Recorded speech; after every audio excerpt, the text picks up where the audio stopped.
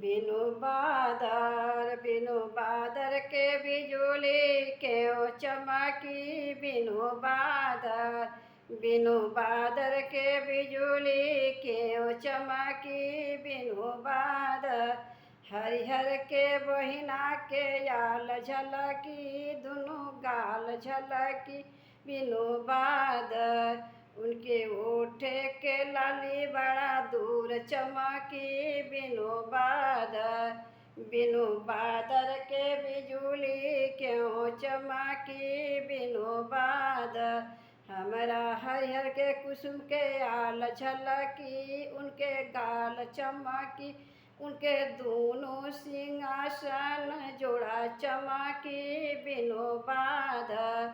बिनु बादर के बिजुली क्यों चमकी। बिनु बादर हमरा हरिहर के बहिना के आल चमकी। उनके काजर चमकी उनके दो जोड़ा चमकी। उनके झलकत साड़ी बड़ा दूर चमकी।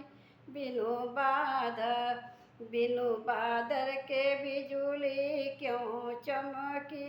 बिनु बादर हमरा हरिहर के बहिना के याल चमकी। उनके गाल चमकी उनके चर यार पछे उनके चर यार बागे में चमकी।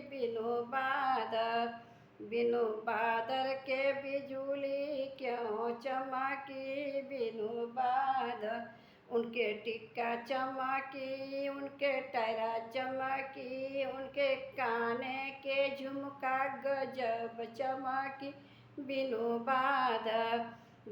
बादर के बिजुली क्यों चमकी। बिनु बादर हमरा हरिहर के कुसुम पलंग चमके। वो बिछौना चमके करत लड़ाई में उहाँ चमके। बिनु बादर के बिजुली क्यों चमके।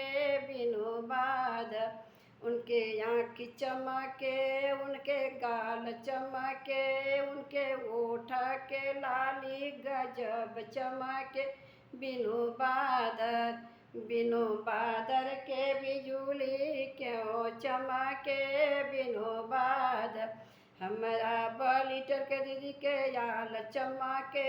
दोनों गाल चमके दोनों हंस चमके उनके बीचे के तारा गजब चमके। बिनु बादर के बिजुली क्यों चमके। बिनु बादर हमरा बलीटर के मलती के याल झलके।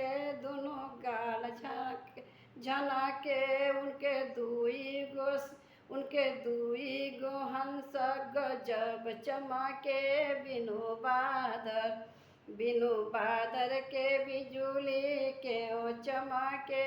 बिनु बादर उनके साड़ी झलके ओठ लाली झलके आँखें काजर झलक हाथ के चूड़ी चमके। बिनु बादर के बिजुली क्यों चमके। बिनु बादर हमरा हरिहर के कुसुम के याल चमके उनके गाल चमके उनके हंस के जोड़ा गजब चमके। बिनु बादर के बिजुली क्यों चमके। बिनु बादर के बिजुली क्यों चमके। बिनु बादर हमरा बरियतिया लोग के बहिना के याल चमके उनके गाल चमके उनके डाँड़ चमके उनके आगे के पोरसन गजब चमके। बिनु बादर के बिजुली क्यों चमके। बिनु बादर के बिजुली क्यों चमके। बिनु बादर हमरा हरिहर के दीदी के याल झलके उनके गाल झलक उनके आँखों के नैना गजब झलके। बिनु बादर बिनु बादल के बिजुली क्यों चमके बिनु बादल